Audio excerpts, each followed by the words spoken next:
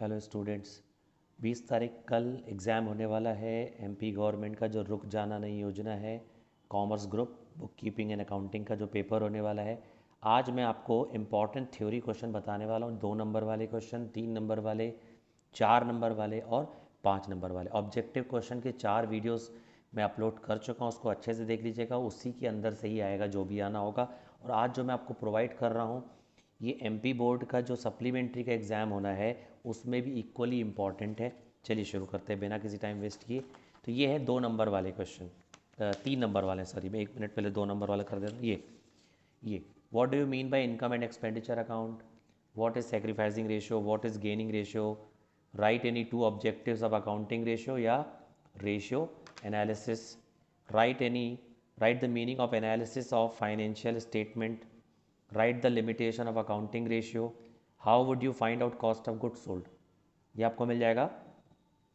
11th का ही है लेकिन ये दोनों 12th में भी काम आता है। Right the following of formula of liquidity ratio, what is meant by accounting ratio, what is meant by cash equivalent. Cash equivalent मतलब जो कैश के जैसा हो, इक्विवेलेंट जैसे cash in hand, cash at bank, cheque, draft. What is meant by financial analysis, which items are included in current assets, cash in hand, cash at bank, stock, debtors. What is meant by common size statement, common size statement ये आपको financial statement analysis मिल जाएगा। What is quick ratio, quick ratio वो ratio होता है जिसमें liquid asset और current liability का ratio establish होता है।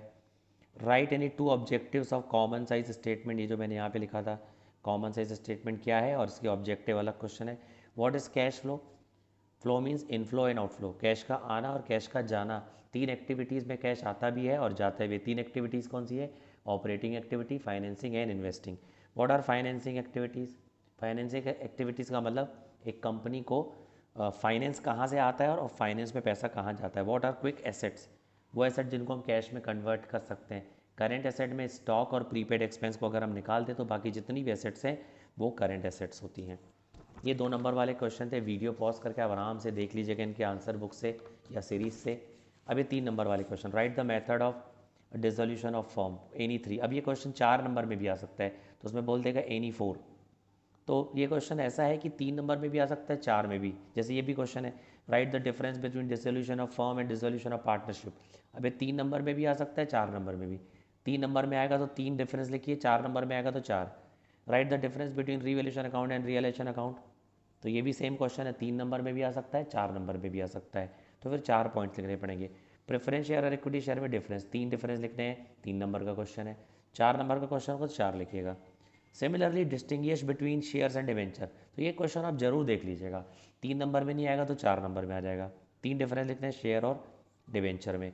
Name the accounts which are not transfer to realisation account, profit and loss account हो गया, कैश इन हैंड हो गया, कैश एट बैंक हो गया, है ना, पार्टनर्स कैपिटल अकाउंट हो गया, जिनको हम रियलेशन में ट्रांसफ़र नहीं करते। Mention the legal provision regarding for feature of share, ये शेयर चैप्टर में आपको मिल जाएगा फॉर फीचर का पूरा process. Right the causes of dissolution of form, dissolution of form क्यों हो रहा है, क्या कॉजेज हैं। इंसॉल्वेंसी हो सकती है पार्टनर की, पार्टनर्स का आपस में डिस्प्यूट हो सकता है, या हो सकता है उन्होंने इलीगल काम किया इसलिए फर्म को डिसॉल्व करना पड़ रहा है। Explain the compulsory dissolution of firm, compulsory कब होता है, जब सभी पार्टनर इंसॉल्वेंट हो जाएं या कोई एक पार्टनर इंसॉल्वेंट हो जाए तो कंपलसरी डिसोल्यूशन करना पड़ता है। प्रेफरेंस शेयर के कैरेक्टरिस्टिक्स बताइए। Explain the kinds of preference share, preference share कितने प्रकार के होते हैं। Mention any 3 characteristics of equity share, बहुत आसान क्वेश्चन है। Right the difference between shares and stock, ये भी अच्छा इंपॉर्टेंट क्वेश्चन है।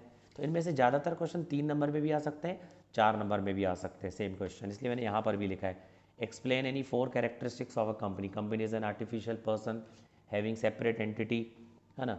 Right any 4 difference between shares and debenture, ये मैंने 3 नंबर वाले में भी लिखा था। Right the limitation of financial statement, ये भी बड़ा इंपॉर्टेंट क्वेश्चन है, 3 नंबर में भी आ सकता है। रिसीट एंड पेमेंट अकाउंट और इनकम एंड एक्सपेंडिचर अकाउंट, ये मोस्ट इंपॉर्टेंट क्वेश्चन है, ये 3 नंबर में भी आ सकता है, 4 नंबर में भी आ सकता है। फिक्स्ड कैपिटल और अकाउंट और फ्लक्चुएटिंग कैपिटल में डिफरेंस बताइए, बड़ा आसान क्वेश्चन है, ये फंडामेंटल ऑफ पार्टनरशिप का क्वेश्चन है। एक्सप्लेन फैक्टर्स अफेक्टिंग गुडविल, ये मिल जाएगा आपको सेकेंड चैप्टर में या थर्ड चैप्टर में। Explain briefly 4 characteristics of debentures, ये भी आसान क्वेश्चन है। पार्टनरशिप क्या होती है, पार्टनरशिप के 3 कैरेक्टरिस्टिक्स बताइए। या एवरेज प्रॉफिट और सुपर प्रॉफिट, ये क्वेश्चन क्या डिफरेंस होता है। Which law does not apply in the absence of partnership deed, partnership deed अगर नहीं हो तो फिर कौन सा लॉ अप्लाई होता है। Why revaluation account is prepared at the time of admission of partner, जब पार्टनर का एडमिशन होता है तो रिवैल्यूएशन अकाउंट क्यों बनाया जाता है। अब ये है ऐसे टाइप क्वेश्चन 5 नंबर के, इनमें न्यूमेरिकल क्वेश्चन भी आते हैं, ऑप्शन में थ्योरी भी। Difference between sacrificing ratio and gaining ratio, ठीक है। Procedure of for future of share क्या होता है। 5 ऑब्जेक्टिव बताइए कैश फ्लो स्टेटमेंट के और इम्पोर्टेंस बताइए, है ना। Right 5 examples of cash inflow and cash outflow, बड़ा आसान क्वेश्चन है, ये इंपॉर्टेंट क्वेश्चन है, जरूर देख लीजिएगा। What are the items included in cash flow from operating activities, what are the items included in cash flow from investing activity, what are the items included in cash flow from financing। कोई 2 आएंगे अगर 5 number का question आएगा तो। और receipt and payment account और income and expenditure, ये पूरा कंप्लीट आंसर लिखना पड़ेगा अगर 5 नंबर में आ रहा है। 3 नंबर में आ रहा तो 3 डिफरेंस, 4 नंबर में आ रहा तो 4 डिफरेंस। इंपॉर्टेंस और सिग्निफिकेंस बताना है फाइनेंशियल स्टेटमेंट एनालिसिस के। How many types of goodwill, 2 type की होती है, और परचेज गुडविल और सेल्फ जनरेटेड। और how the amount of subscription is computed for the accounting year, ये सब्सक्रिप्शन का जो फॉर्मेट दिया बुक में उसको आप देख लीजिएगा। कोई भी आपको डाउट हो, कुछ भी दिक्कत हो, मेरे को आप कमेंट बॉक्स में कमेंट कीजिए। और all the very best for tomorrow's exam. Thank you so much for watching.